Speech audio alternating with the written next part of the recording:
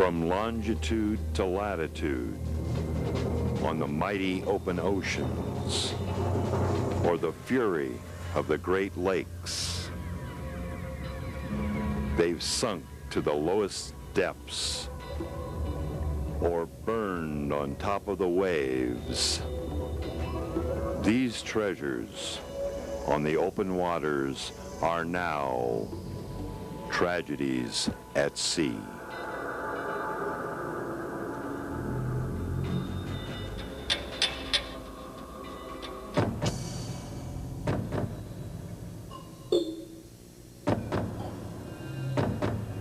Hundreds of planes and ships enter the Bermuda Triangle, vanish without a trace.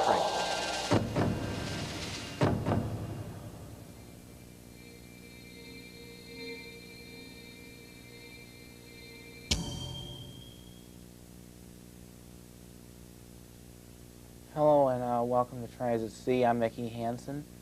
Today we're going to be discussing a mystery that as troubled scientists for years. We all love a good mystery.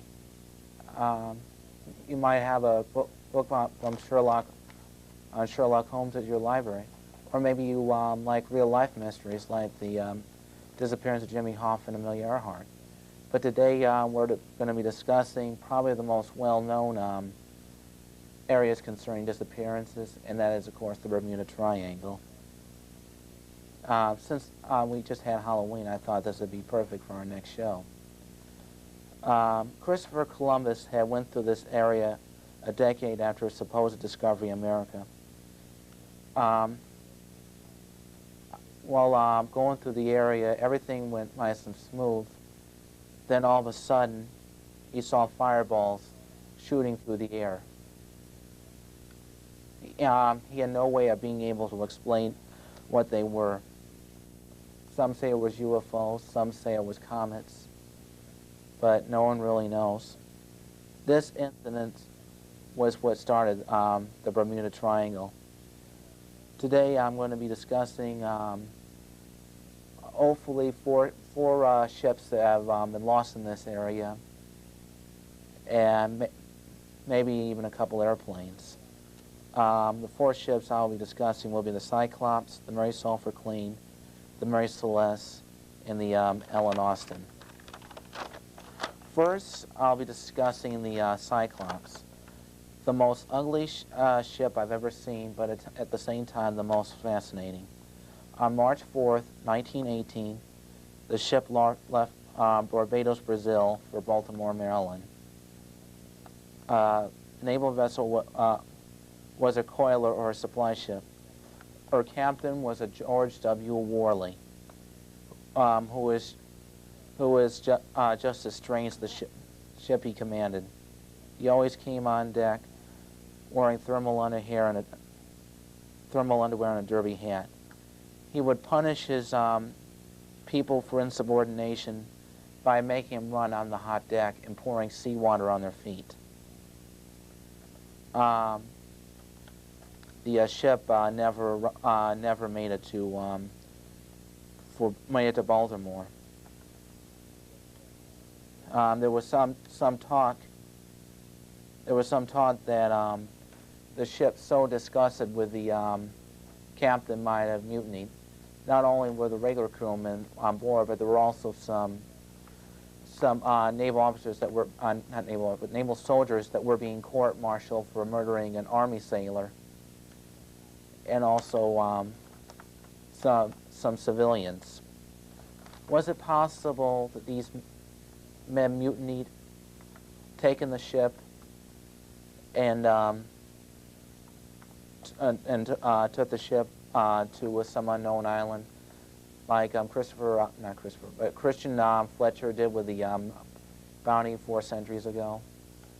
If this had happened, why was there no record of the Cyclops being in any port?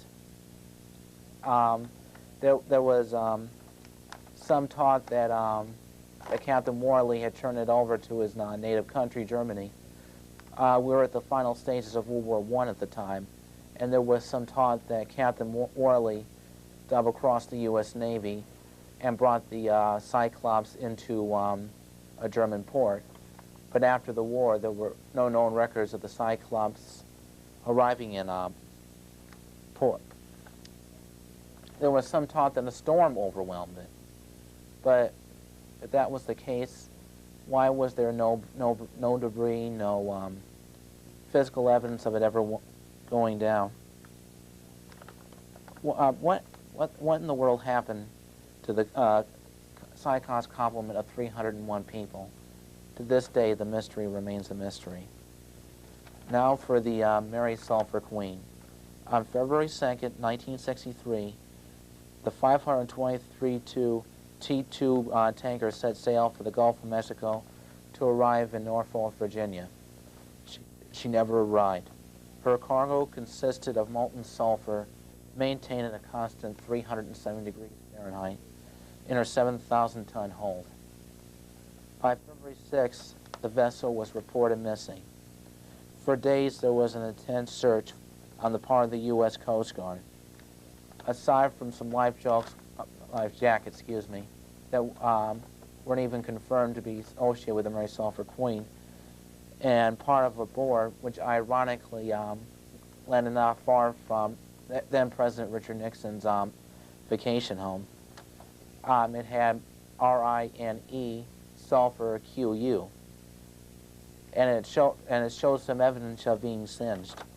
So was it possible that the ship might have exploded and sending the ship to the bottom? It was also taught that the Sulphur Queen was also overwhelmed by a storm. There was also some evidence that the ship's owners were neglectful in safety procedures. The crew were not well trained in what to do in the event of an accident and had not complied with Coast Guard regulations.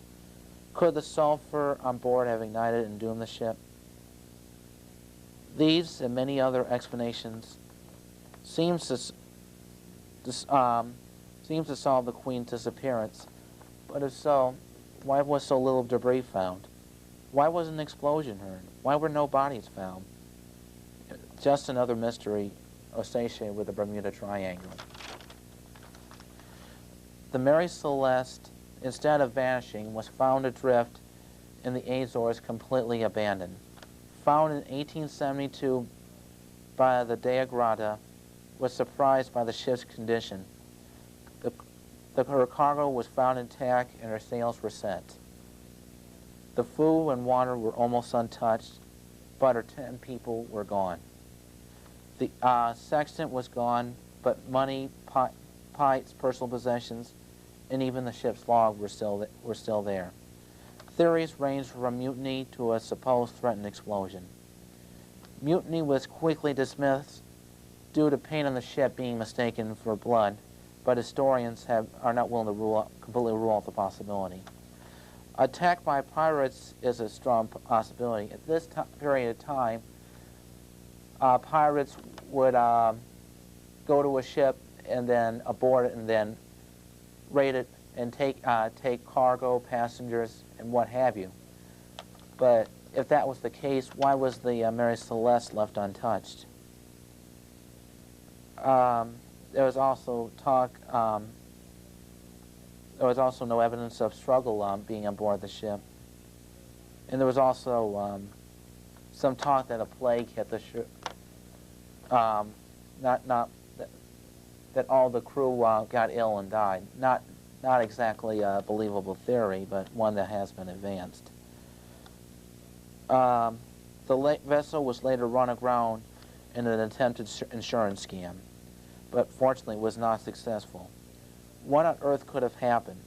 Lloyd's of London, Britain's registry of ships, ruled that a short fire caused by alcohol on board might have frightened the crew, but they were unable to board her. I saw this discussed on an old show called In Search Of by Leonard Nimoy.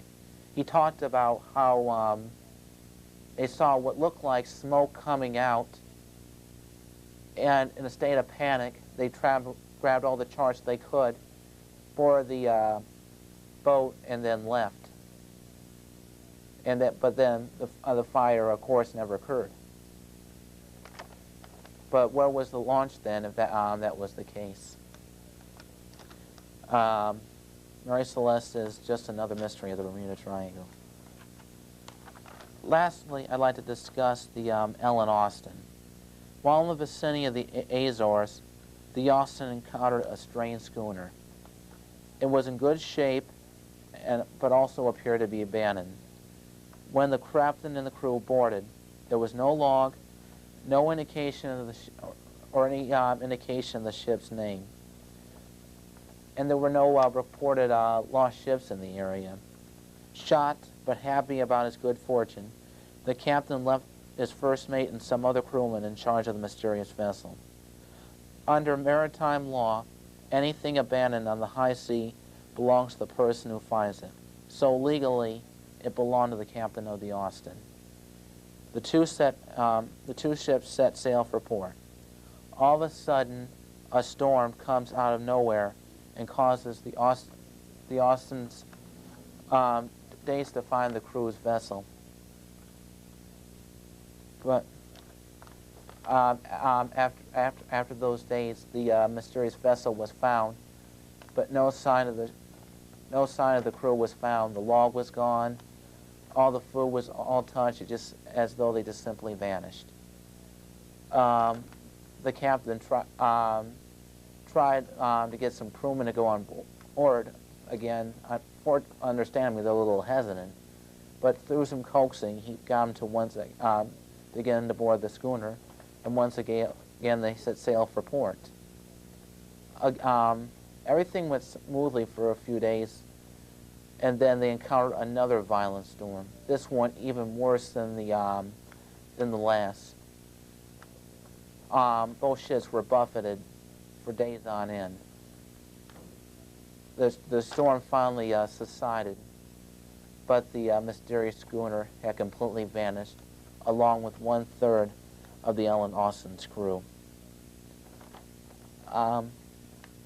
There's been a mystery about exactly the report about the Ellen Austin's encounter with a strange vessel. Some said it disappeared the first time and not the second time.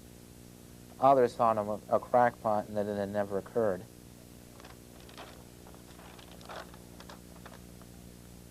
Well, the most notable, most well-known disappearance is, of course, the mysterious Flight 19. 5 Avenger torpedoes that had launched just after World War II. It was a practice run, but one crewman was at a premonition of something bad was coming. He had already logged in his hours, so he wasn't required to go. Now, Avenger planes traditionally have 3 crewmen, 1 pilot, 1 navigator, and 1 gunner. These 5 planes left Fort Lauderdale to do their practice run. They had dropped the dummy bombs as they had planned, but then after turning north, the captain said he was in the 4 Keys. According to a video hosted, narrated by Vincent Price, he had talked about some books he read about how they said, we can't tell west from east, we can't tell up from down, we're completely lost. But a more extended account had said that he thought he was in the Florida Keys when there was a chain of islands just south of Cuba, just north of Cuba, that it looked almost identical to the Florida Keys. So when he saw this group of islands, he thought that he was in the Florida Keys. And when he thought he was turning into Florida, he instead was turning the Atlantic. His crew begged him to go back turn west instead of east like he had been. Finally, he listened to his crew and they kept going back and forth, west and east, west and east. And then all of a sudden, dead silence. A Maritime flying boat had sent to rescue the Flight 19 crewmen, but this vessel had too mysteriously vanished. But it may not be so mysterious. No sooner had the flying boat launched, some people in the area had heard a large explosion. They believe it was the flying boat.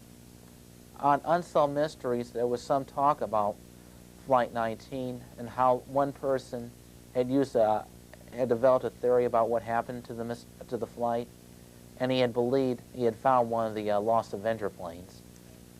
On Unsolved Mysteries, they found what looked like an Avenger plane upside down. It was so badly corroded they had to raise it in two pieces, the front portion first and then the fuselage. But after checking with their records, the plane was definitely not part of Flight 19. Another separate expedition had thought they found 5 airplanes and thought they had conclusively solved the mystery. Again, couldn't be conclusively determined to be Flight 19. So the mystery remains.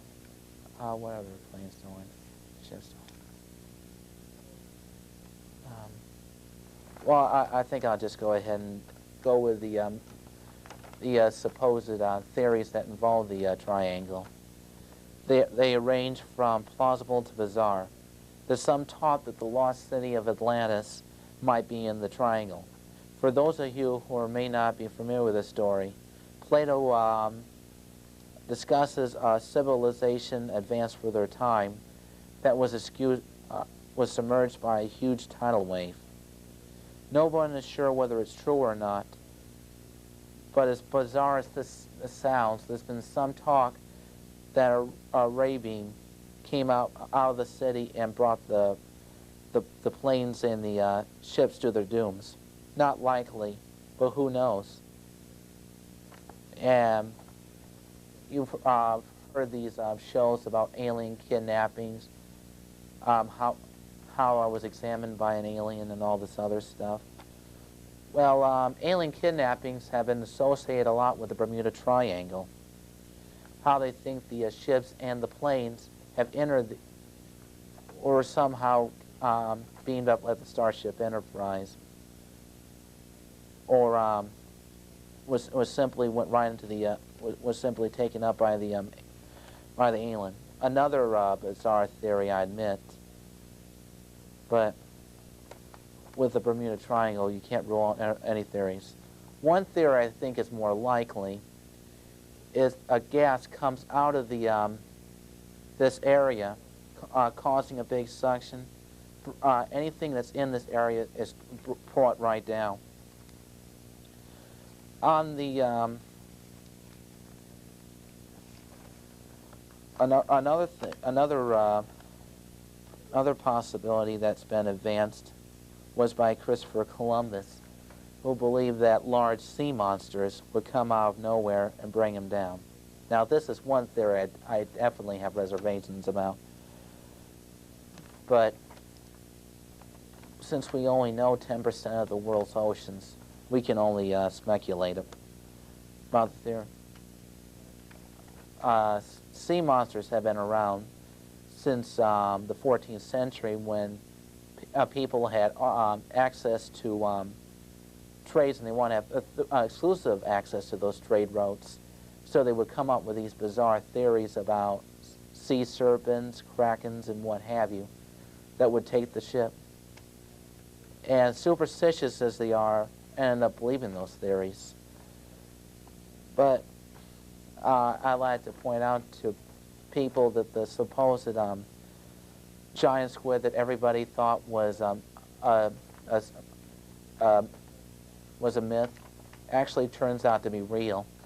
There's been no known attacks on ships. That is, no undocumented attacks on ships. But again, you never know. what, what else do I want to discuss? Oh yes, the Star Ariel and the Star Tiger were two planes for the British Airways. By ironic twist, they both disappeared within 1 year of each other. Star Tiger first, Star Ariel second. And in another weird case, I think it was the mid-60s, of a DC-3 airplane had was about ready to land just a few days before Christmas.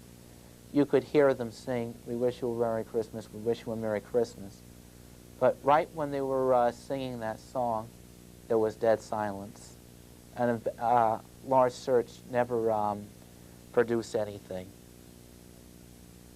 Another weird incident that happened just 20 years ago, an airplane was on its, a commercial aircraft was on its way to Fort Lauderdale. A mysterious green cloud came out of nowhere, and they couldn't describe it.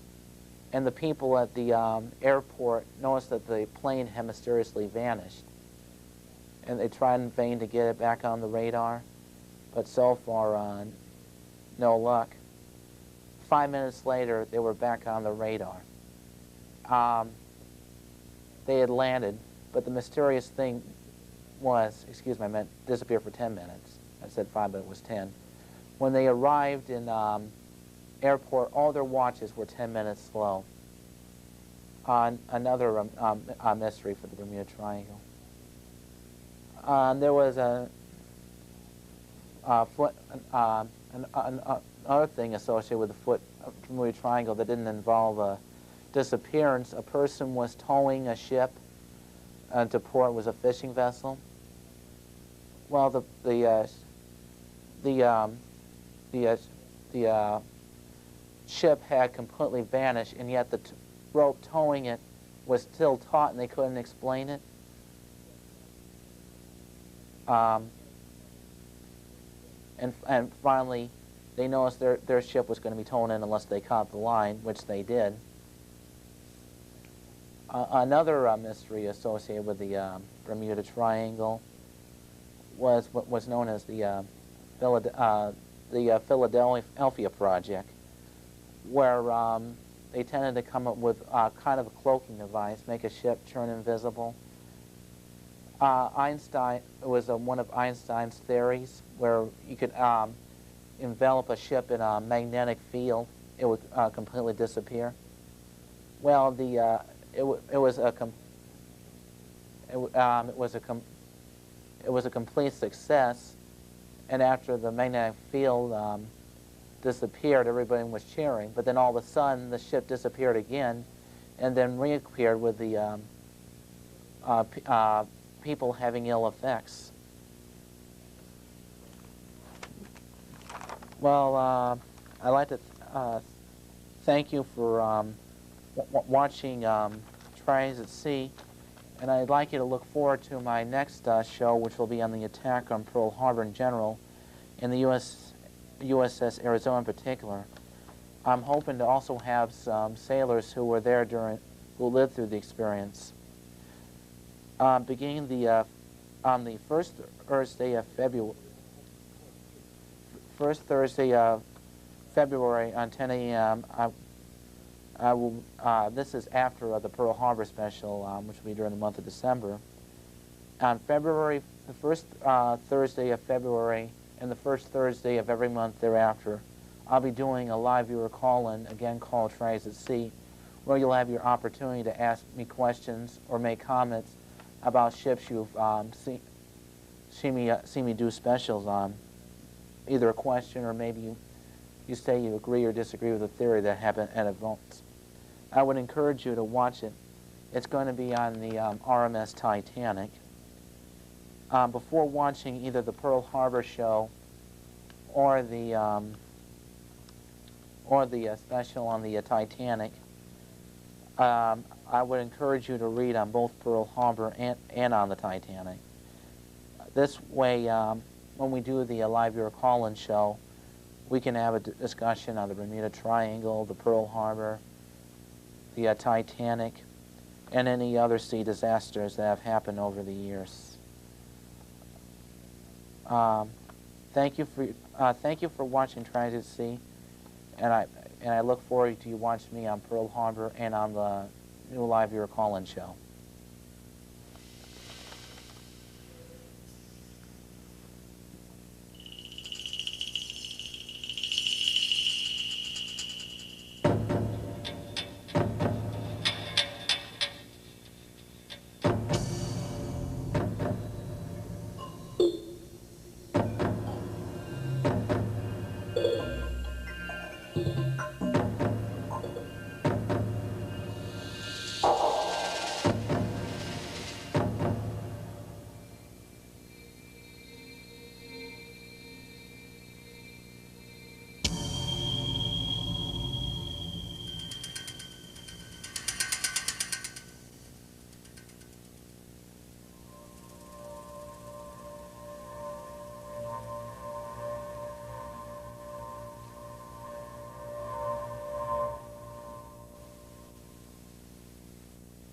A decade after a supposed discovery in America.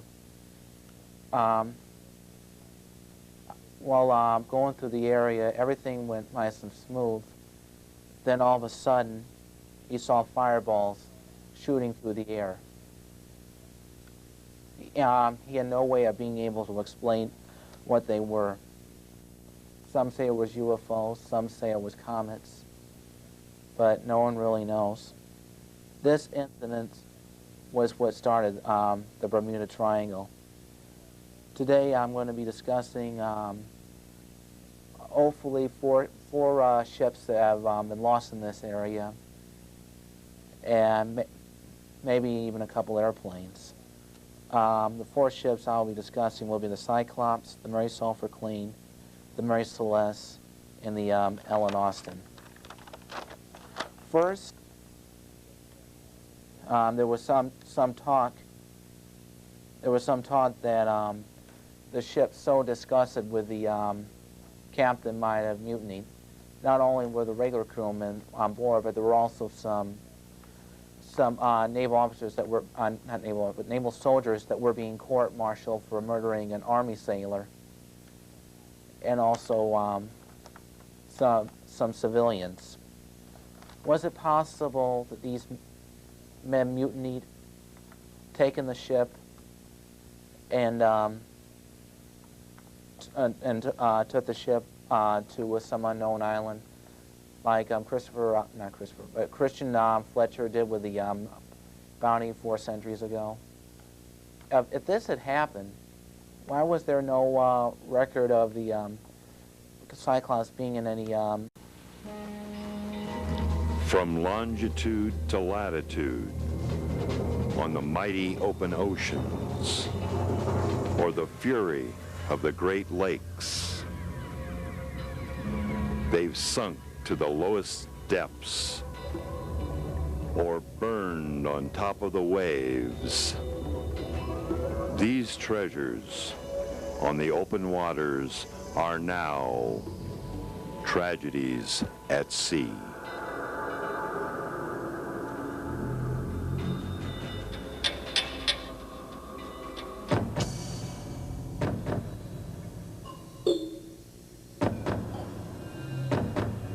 Hundreds of planes and ships enter the Bermuda Triangle and vanish without a trace.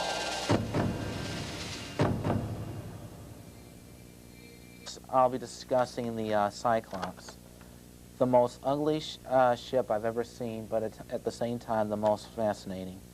On March 4th, 1918, the ship left Barbados, Brazil for Baltimore, Maryland. Naval vessel was a coiler or a supply ship. Her captain was a George W. Worley, who was just as strange as the ship he commanded. He always came on deck wearing thermal underwear and a derby hat. He would punish his people for insubordination by making them run on the hot deck and pouring seawater on their feet. The ship never made it to Baltimore.